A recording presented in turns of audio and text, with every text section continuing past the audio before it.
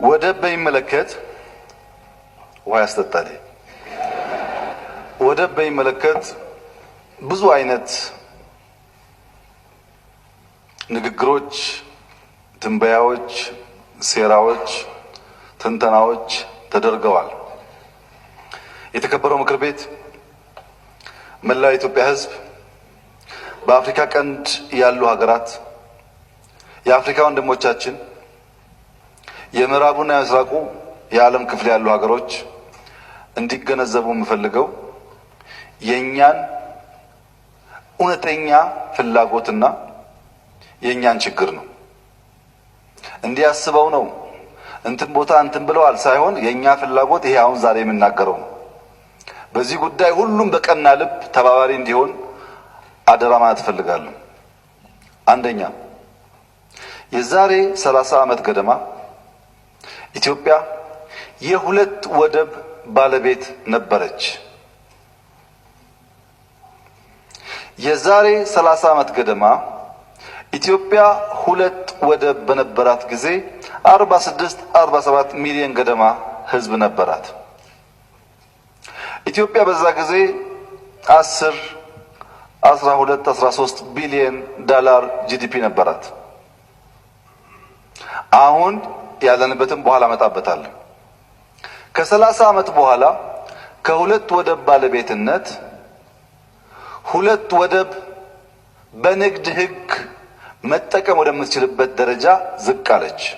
ቢያንስ አሰብንና ጅቡቲን በገንዘቧ በንግድ ሕግ በስምምነት መጠቀም ወደምትችልበት ዝቅ አለች። ከተወሰነ ጊዜ በኋላ ኢትዮጵያና ኤርትራ መካከል ግጭት ሲያጋጥም አንደኛው ቀረና ወደ አንድ ወደብ ዝቅ አለ፣ ወደ ጅቡቲ።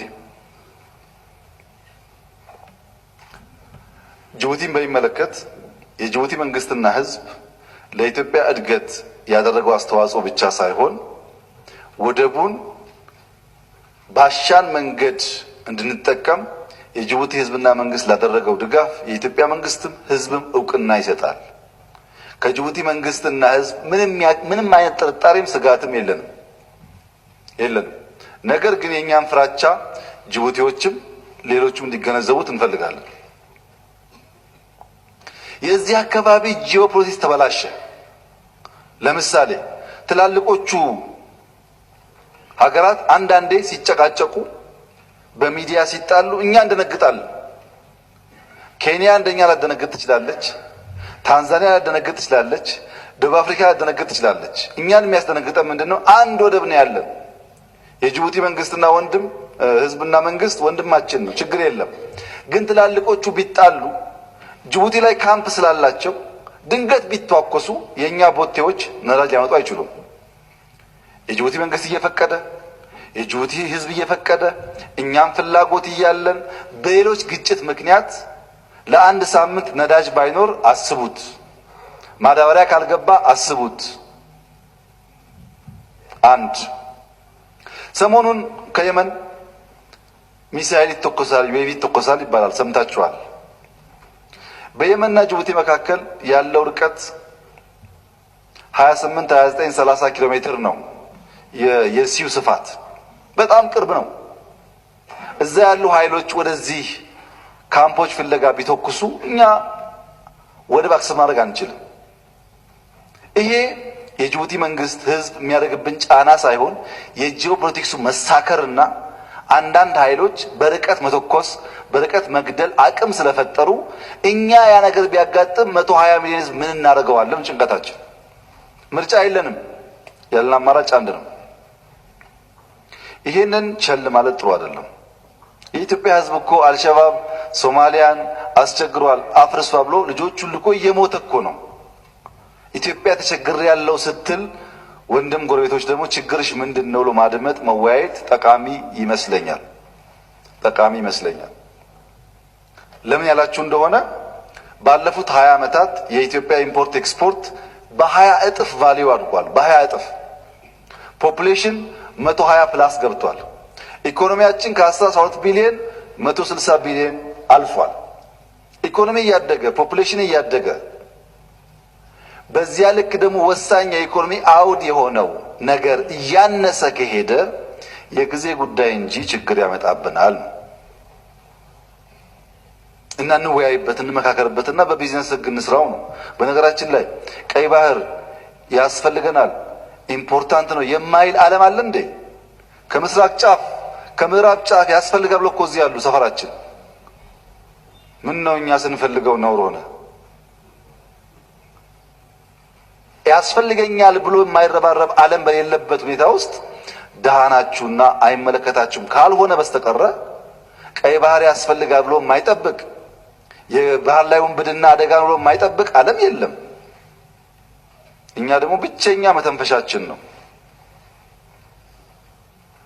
ይሄ ጉዳይ አዲስ ጥያቄ አድርገው የሚያወሩ ሰዎችም አሉ። አሁን ነው አጀንዳ ነው ምናምን እያሉ አይ ቲንክ የባህር ኃይል ስንገነባ አልነበሩም መሰለኝ ሰዎች፣ ወይ ዩቲዩብ አልነበራቸውም። የባህር ኃይል ስንገነባ እኮ ሌላ አጀንዳ የለንም፣ ባህር እንፈልጋለን ነው። ግልጽ እኮ ነው አጀንዳው። ያኔ ዩቲዩብ ያልነበረው አሁን ዩቲዩብ ፈጥሮ ይሄ ጊዜያዊ አጀንዳ ነው ምናምን አጀንዳ ነው ቢል ትክክል አይደለም። ሁለተኛ ደግሞ የኤርትራ ሉዓላዊነት ለመዳፈር ነው የሚሉም አሉ። እኛ የህዳሴን ግድብ የሰራነው የሱዳን ሉዓላዊነት ለመዳፈር ነው እንዴ? እንደዛ ይታመናል? እኛ ህዳሴን ያለማነው ኢነርጂ ለማምረት ውሃውን ለወንድሞቻችን ለክተን አመቱሙ ለመላክ ነው። ህዳሴ ለግብጽም ለሱዳንም ለኢትዮጵያም ሲሳይ እንዲሆን ነው የምንፈልገው እንጂ እነሱ እንዲጎዱ አንፈልግም። ቀይ ባህርም እንደዚሁ ማለት ነው። የማንንም ሉዓላዊነት የመንካት ፍላጎት የለንም። ማንንም የመውረር ፍላጎት የለንም። በቢዝነስ ህግ ግን የማያወላዳ ምርጫ እንፈልጋለን። ይሄ ከኛ በላይ መጨነቅ ያለባቸው ወንድሞቻችን ናቸው። ለምን ባለፉት ጥቂት ወራት ከሳውዲ አረቢያ 130 ሺህ የሚጠጉ ኢትዮጵያውያን በህገወጥ መንገድ ይሄዱ መልሰናል። ሰምታችኋል። ሳውዲ መጨነቅ አለባት። ይሄ ጉዳይ ካልተፈታ ግማሽ ሚሊዮን ሊደርስ ይችላል። በጣም ብዙ ህዝብ ነው ያለ። ታንዛኒያ በሺህ የሚቆጠር እስረኛ ተፈቶ መጥቷል። ታንዛኒያ መጨነቅ አለባት። ይሄ ጉዳይ ካልተፈታ በሺህ ሳይሆን በመቶ ሺዎች የሚቆጠር ሰው ሊሄድ ይችላል። ደቡብ አፍሪካ መጨነቅ አለባት። ህገወጥ ሰዎች ይመጡብኛል እያለች ነው።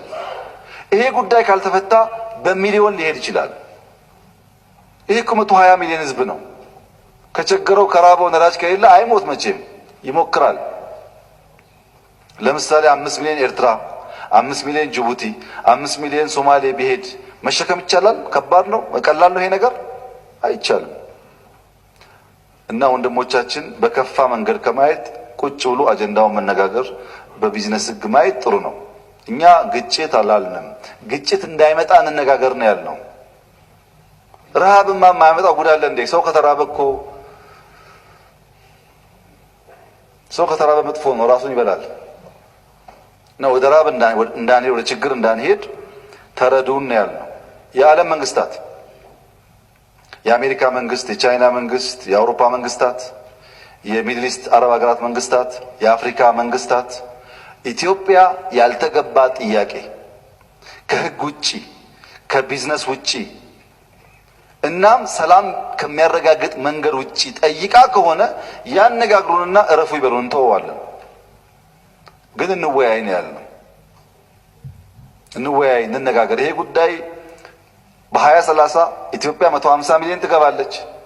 ሰው እያደገ ነው የሚሄደው፣ ኢኮኖሚ እያደገ ነው የሚሄደው። ጣጣ እንዳያመጣና ልጆቻችን እንዳያባላ አሁን መፍትሄ እናበጅለት ነው ያልነው። ይሄ ደግሞ ለኢትዮጵያውያን አንድ ቆንጆ ትምህርት አለ። በንጉሱ ዘመን መጨረሻ አካባቢ የኤርትራና የኢትዮጵያ ስምምነት ኮንፌዴሬሽን ነበረ እና ንጉሱ ያኔ በነበረው እምነትና ሐሳቤ ያኔ የነበረው መንግስት ኮንፌዴሬሽኑ አያስፈልግም፣ እኛ እንሻላለን፣ እኛ ጠንካራ ነን ብሎ ፌዴሬሽኑን ቀደደው። ያኔ ጠንካራና ኃያል የነበረው መንግስት ወድቆ የተቀደደበት ኃይል ደግሞ የለም ብሎ ታግሎ ዘመናት ቢፈጅም ኤርትራ ሀገር ሆነች። ይሄ የትናንትና ማስታወሻችን ነው። አሁን እንወያይበት ካል ናቅ የሚያረግ ሰው ካለ ልክ እንደ ኮንፌዴሬሽኑ አላቅ የሚያጋጥመውን ነገር በውይይት ካልተፈታ